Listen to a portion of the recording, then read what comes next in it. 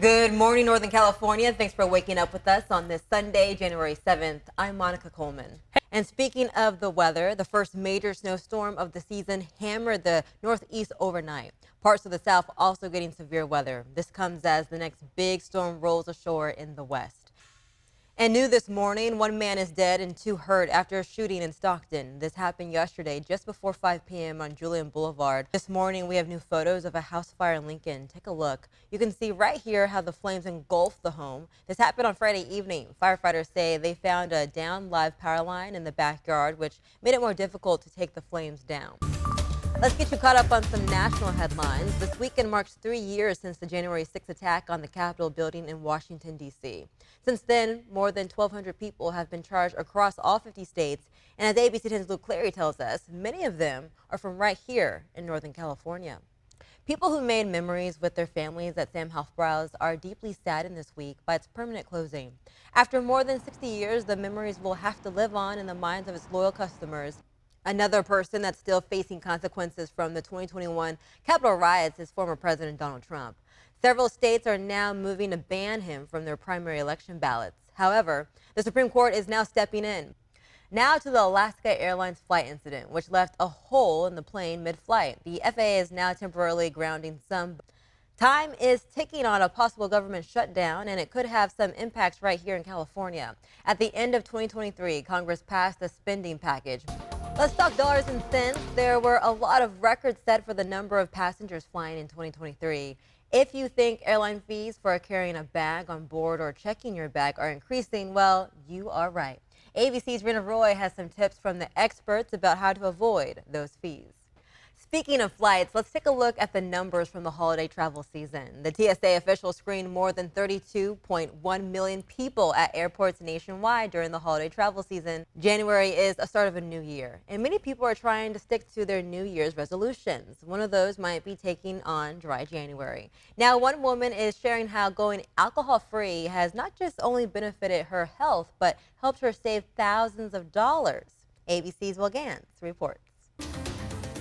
This Valentine's Day, you can give your situationship a cute little treat. That's because the classic candy Sweethearts is coming out with a new version of its Conversation Hearts. Check this out. It's full of blurry and misprinted candies to imitate the mixed message of modern dating. As we've reported, Oxford named situationship as one of their 2023 words of the year. It's defined as a romantic relationship that is not considered to be formal or established. The situationship candy boxes will be available online starting tomorrow. Sounds messy to me. That's one way to send a message, I guess. A messy message. Oh, man. But just to bring some context, the situationship kind of came to play when Jada Smith and Will Smith had that big interview where she admitted to having not a lover, but a situationship. Okay. Outside of her marriage to Will. And so now people are saying it's okay.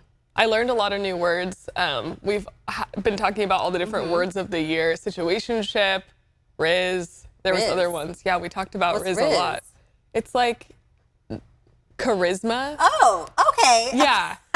So we talked about that probably at least, I don't know, maybe 3 times so far this year, or last year, I guess. Well, it amazes me but it was pretty all funny. the words that go into the dictionary. I went home for the holidays, and my mom has a dictionary from, 2000. I said, Mom, you need to throw this away. There's so many more new words to play with.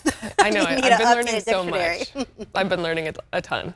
All right. Well, coming up on ABC 10 Weekend Morning News, we were treated to an NFL doubleheader right here on ABC 10 yesterday. Also, today is the last day of the NFL regular season. ABC 10's Kevin John joins us now with more. Kevin, thank you. Turning now to weather, we have continued to see video after video of the extreme weather up in the mountains. Take a look at this. So, Jordan, talk to us. Anyone planning to head back to the capital city after spending the weekend in the Sierra, how will the weather impact them today? Hey friends, welcome back into ABC 10 Weekend Mornings. I'm Monica Coleman. Good tips there. The snow can be beautiful, but also dangerous if you aren't paying attention. So Jordan, talk to us about this system that's moving out. Another one's coming in. How long will we see these cold temps? Any day now, a Stockton man could be deported to a country that he has never even been to. This is a story involving immigration, crime, rehabilitation, and family. This man is not alone in facing this situation. Whatever your opinions on the topic, we think you'll find this story thought-provoking. ABC 10's Becca Habegger spoke with the man, his family, and a lawmaker trying to make a change.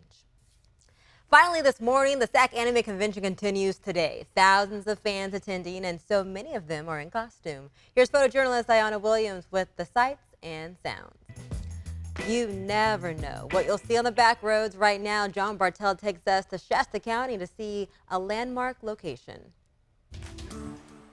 Take a look. Dinosaurs are taking over Cal Expo today. Jurassic Quest, the national touring dinosaur exhibit with 165 million years of dinosaur knowledge. The popular interactive experience has lifelike moving and roaring dinosaurs, theme rides, and attractions and more. Monica?